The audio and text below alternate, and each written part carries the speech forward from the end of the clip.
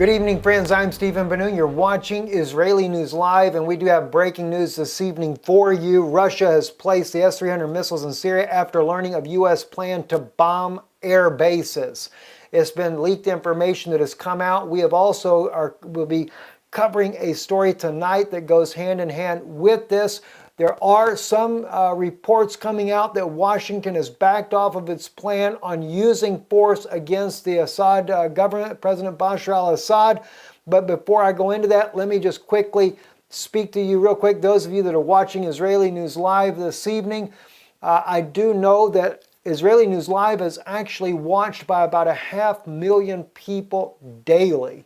I know that when you look at on Israeli News Live, we only have about 90,000 subscribers as of now. But if you are watching this program on YouTube, one thing I do encourage you to do, look down, take a moment right now, minimize the screen, whatever you've got to do. Go in there and look and see what channel you're watching this broadcast on.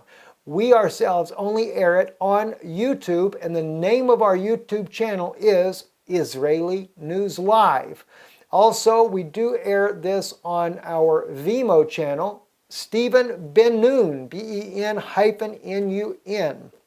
So if you're watching it in one of these two places here, we are able to correspond back and forth with you. There are many other channels that are actually copying our videos in their entirety, and they play them back, but they normally use some kind of sensational titles. We don't get into the sensational titles. We do try to title the information in order to get a maximum people to pay attention, because we feel that the information is serious.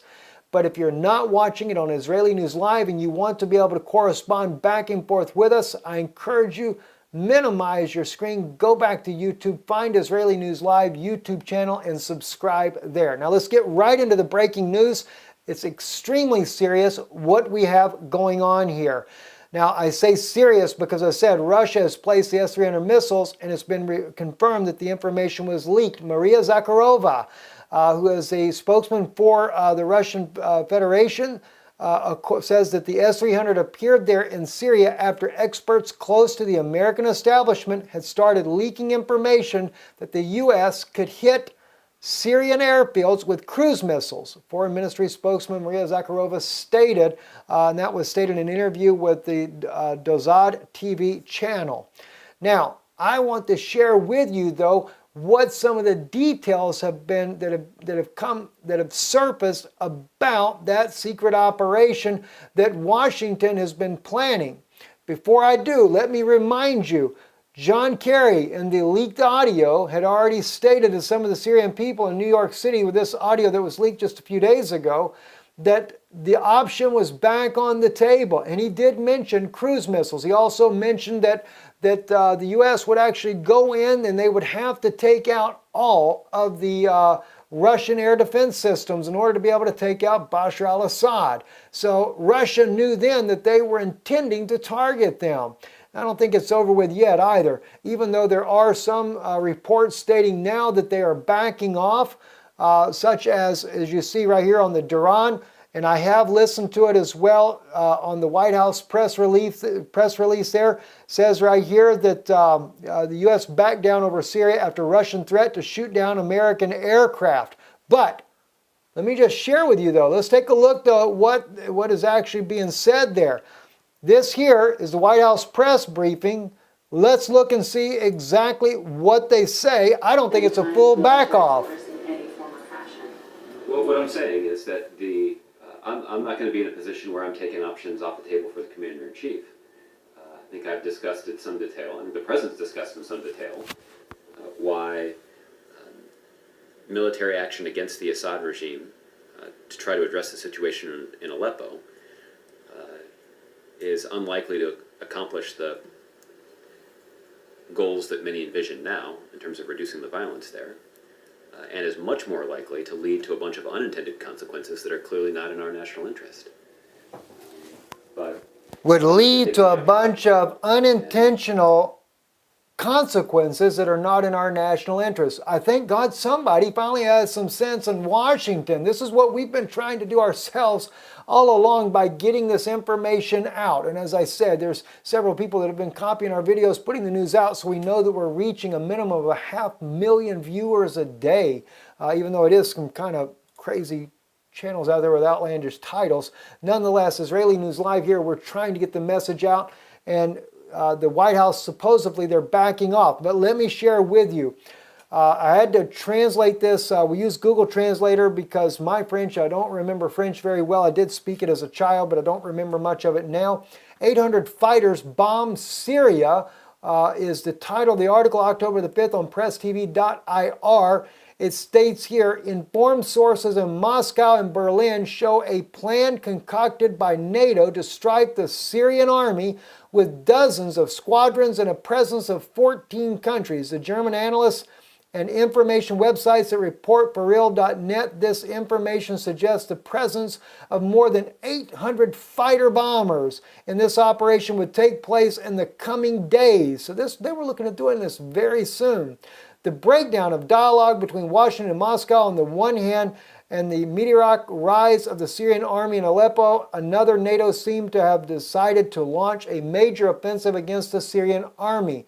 Again, remember, John Kerry in that leaked audio was stating to the Syrian people in the room there in New York that they were again having this discussion, and they'd have to see what happens. And as if you begin to watch the different things that are going on besides that, we see Russia sends in 5 more ships. They've got the aircraft carrier that'll be there on the 10th of October.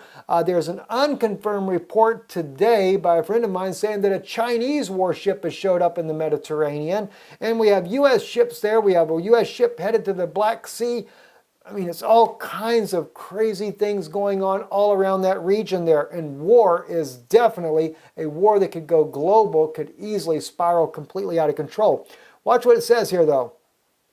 Now, Russia has also not hidden its concern that Washington cut the dialogue because this decision means the return of the U.S. to the military option. This is also to meet the same concern as Moscow, well aware of NATO plans, sent its S-300 in Syria. S-300 missile battery will be deployed in the base of Latvia, but the S-400 have already been sent to Syria. In other words, they've been there for some time, as we all know. That's already been made public. Russia has never hid this fact, and they didn't hide the fact that they were sending the S-300s there as well. Russia's trying to avoid a world war. You know, when they hang these signs out here that you're seeing on the bridge, like happened over in New York City, Vladimir Putin, his picture hung off the side of the bridge and it says peacemaker. The man is trying to make peace. He doesn't have to announce what he's doing. He could just do everything in secret and let America come right on in and then deal with the issue. All right. Now, I know there's a lot of rhetoric going back and forth. You know, the chief commander there, Miley, stating in the conference that he was in recently that they would beat their enemy and beat them hard.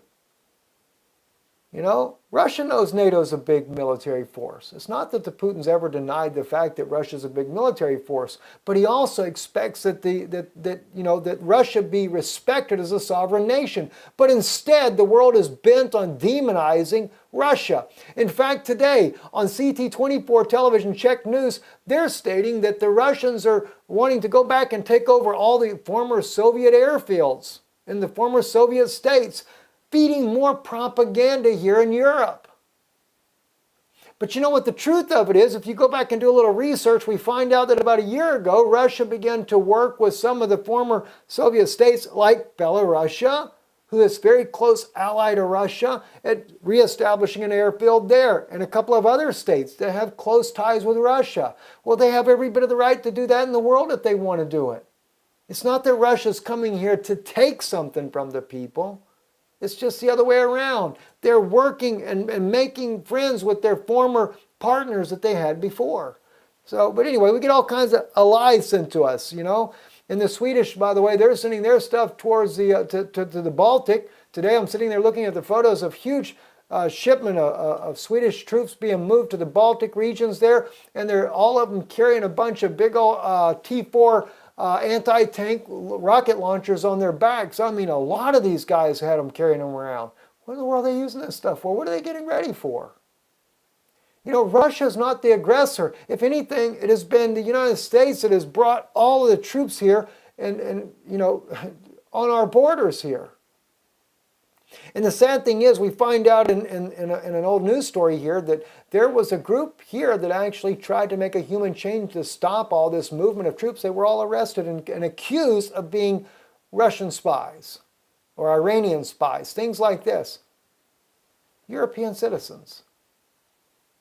I mean, this is out of control. Also, according to the German sources, the meeting of John Kerry and the Syrian opposition to Washington and his opposition to a military solution in Syria was not a sham intended to take short Russia and its allies once the offensive is launched. According to NATO plan, the attack will begin as a large-scale airstrikes that will last 3 to 5 days and will focus on the command center of the staff of the Syrian army. There will also issue to assassinate top commanders of the Syrian army, an attack against public buildings both in the outskirts of Damascus and the suburbs of Aleppo and Latakia. 800 fighter bombers will take off from Turkey, Jordan, and the Mediterranean, and cruise missiles and tomahawks will be fired from U.S. positions in the Persian Gulf. Hunters obviously avoid this part of the Syrian airspace that is exposed to the Russian S-400, so they penetrate the Syrian sky over the northeast Iraq, Jordan, and Israel. It is an operation that looks like Desert Fox, which took place in '98 and was Saudi Arabia who will finance it. According to the German sources, no ground intervention will take place, but the rebels trained by the CIA will take over in the hours after the bombings from the premises. Trucks packed with weapons from Turkey and Jordan will feed the first in arms and ammunition. The offensive will be launched in a few days unless a truce manages to settle. Israel will intervene only in the case of an emergency. That's how serious this attack could have been. Now, according to a couple other reports that I've already found, again, I listened to myself, the White House press briefing, which is where these other articles are getting their information from, the exact same place that I'm getting it from. You know, the speaker here for the White House press briefing here, he doesn't indicate that, as he stated, it's not that I want to take it off the table for President Obama, but they have reconsidered how that this will not benefit the national interest. Well, no, it doesn't. It doesn't benefit anybody's interest. It doesn't benefit America, the citizens there. It doesn't benefit the Europeans. It doesn't benefit the people in Syria. I mean, if your whole idea is that you're wanting to do an intervention because of all the lives that are being lost in Aleppo, what about the other Syrian lives? Those Syrian lives don't matter, I guess. It's just nonsense. So anyway, here's an article here, the Information 360 Apocalypse, NATO North Atlantic Treaty Organization not planning to take part in combat operations in Syria, Iraq, Stoltenberg said. They're quoting the Swedish guy there, Stoltenberg, and he's saying that they're not going to take part into it. Well, that's good. And then the Duran confirmed U.S. backed down over Syria after Russian threat to shoot down American aircraft. Okay, again, I'm glad to see that somebody's getting some brains. So anyway, U.S. and Europe preparing sanctions against Russia for fighting terrorism in Syria. So that's going to be maybe the new approach. Let's just put some more sanctions on Russia. And you know, one thing that really gets me, I've listened to John Kirby on the Department of State, and the rhetoric that goes on there accusing Russia of not being willing to work with America on dealing with the extremists in Syria. You know, it's kind of hard when Russia's there trying to defend President Bashar al-Assad from being overrun by all these different groups that are fighting in his country, and there's about 40 of them, and the United States is backing most of all of them. To me, they're all extremists. Even the white helmets that you sent in there, they're extremists as well. We've already seen the videos of them beating the mess out of the Syrian military that are captured and stuff. They're not there to rescue people, they're there to kill people. So you're going to slap a bunch of sanctions on Russia again. That's going to be what will work, right? That ought to do it. Ugh, how ridiculous. White House also may consider imposing sanctions on Russia over Syria outside the UN. Do some separate sanctions there. And of course, by the way, Russia is now officially blamed by the Obama administration for what? Accuses Russian government of election year hacking. So Russia did it. All this dirt that's brought up on Hillary, and Russia's all to blame for it. You know what's funny? That's like saying, you catch the guy, he's a criminal, but it's the way he got caught is what makes it really bad. Like in the old days, when you arrested someone, you're supposed to read them their Miranda rights. If you don't read their Miranda rights, they got set free. Didn't matter if they killed everybody in the house. And this is what they do over this whole issue with Hillary. I can't help but think that wondering that all this things about Russia, accusing Russia for the elections and the hackings and the leaks, and the analysts have already clearly stated it is obvious it's an inside job. That means somebody in the Obama administration is doing the leaks. It's not Russia. I'm sure that President Putin would love to see someone like Donald Trump get into office, though, so that at least he's got an ally that will be a true ally to him. Kind of like when Bush said that President Putin was the best ally that the U.S. actually had. What happened? What happened with the Obama administration that took that away? So here they are accusing Russia for everything. I don't know. Anyway, I'm Stephen Ben-Nun. You're watching Israeli News Live, and we'll just have to see how things go. Let's pray that the White House really has backed off from launching the attack against Syria, which would involve Russia without a doubt. Let's pray they really did truly back off from doing that. If they did, then I would say that what we're doing here on Israeli News Live, trying to reach out to the people to where somebody might have a reconsidering of doing war, then we're successful, along with many of others like-minded that have tried to get the news out there to where somebody would change their mind and we would not end up into a nuclear exchange, which would probably be the end result of that type of action. I'm Stephen Ben-Nun. You're watching Israeli News Live. Good evening.